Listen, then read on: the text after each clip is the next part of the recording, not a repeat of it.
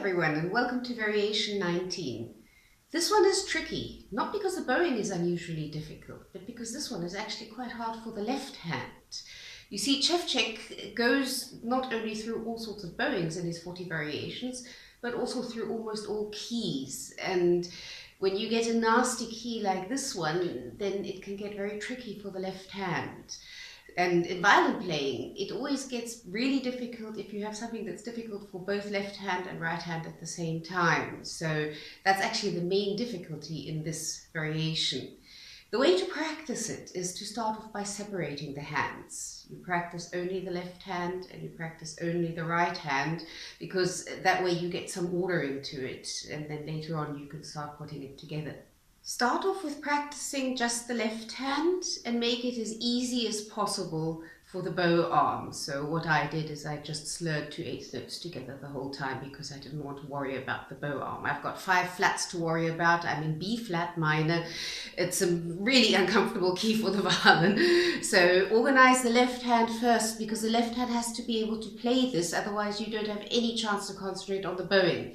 So start very slowly. What I did is I started very slowly. I did all the string crossings and double stops because that gave my hand some sort of stability and secured my intonation. So I actually always start with practicing it like this.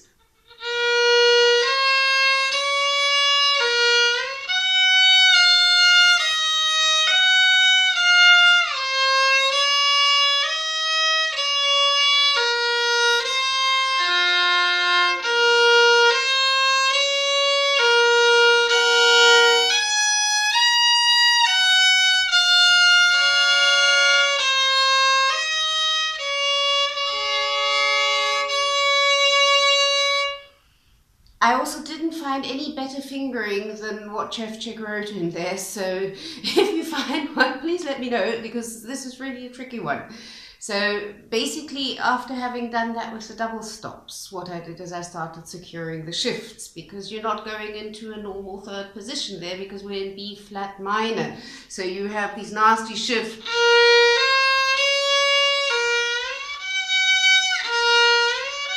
You're going from B flat to G flat, so I secured off the shifts.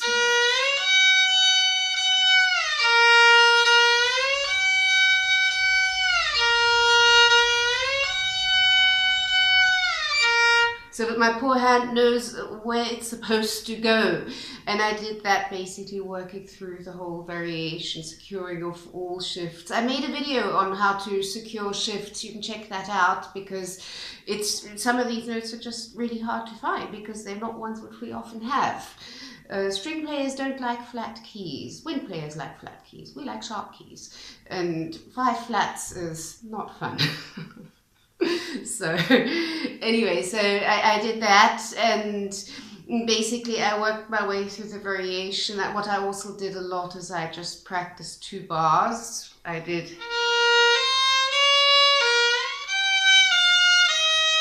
See, I've been practicing it and I still don't hit it.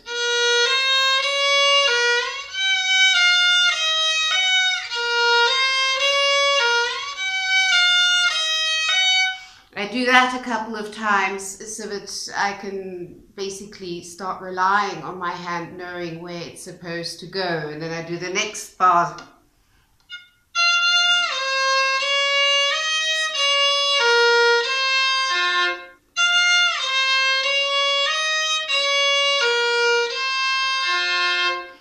And I work my way through the variation like that.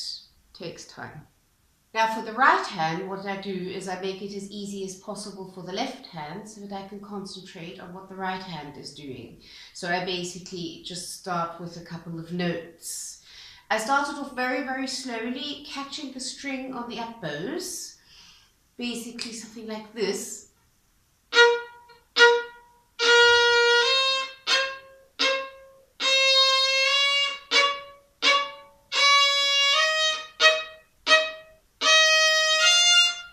To get used to having 2 up bows bouncing and then a heavy down bow. Bear in mind, after the down bow, don't lift your bow for the up bows. So don't go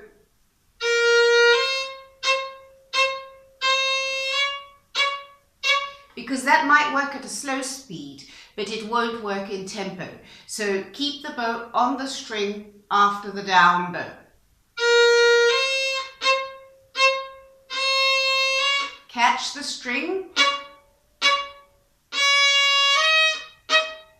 and come down with weight on the down bow.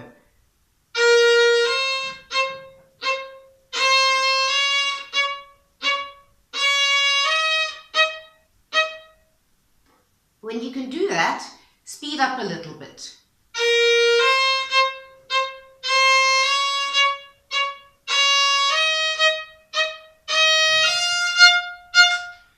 Most important is keep the bow on the string, on your bow change from the down bow to the 2 up bows, and come down with weight for the down bow, otherwise it will bounce. So those are the 2 basically most important things. Now when I started practicing this variation, I actually practiced it bar by bar because it really is difficult. So what I did is I started practicing just the first bar, putting left and right hand together. When things are difficult, make it as easy as possible. Basically that means go forward in very, very small steps. So if I only have 1 bar to worry about, okay, I can do that. So I started just with the first bar.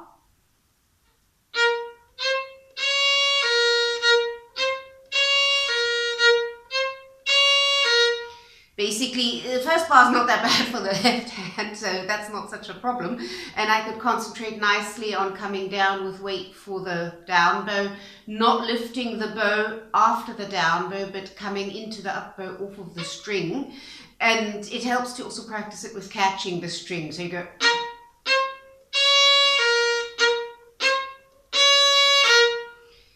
And then I did the next bar.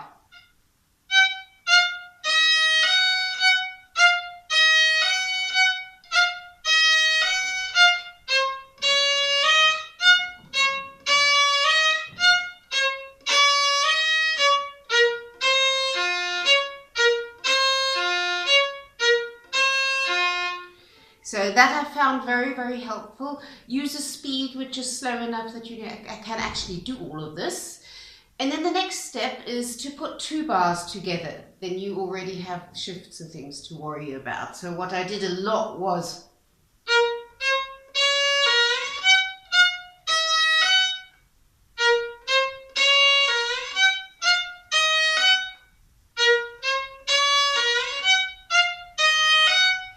so I worked my way through the whole variation doing that. And basically after a while it started actually getting better. You need a lot of patience for this one. It really is hard. Another thing what I did is when I got to the middle bit with those trills in it, that's this part.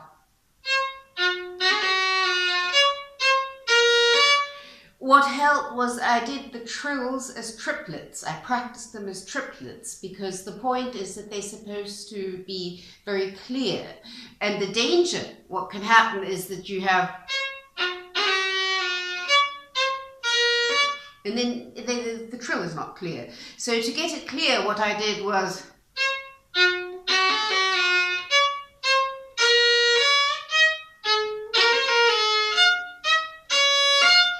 That was quite helpful because then when I played it normally again, it was a lot clearer.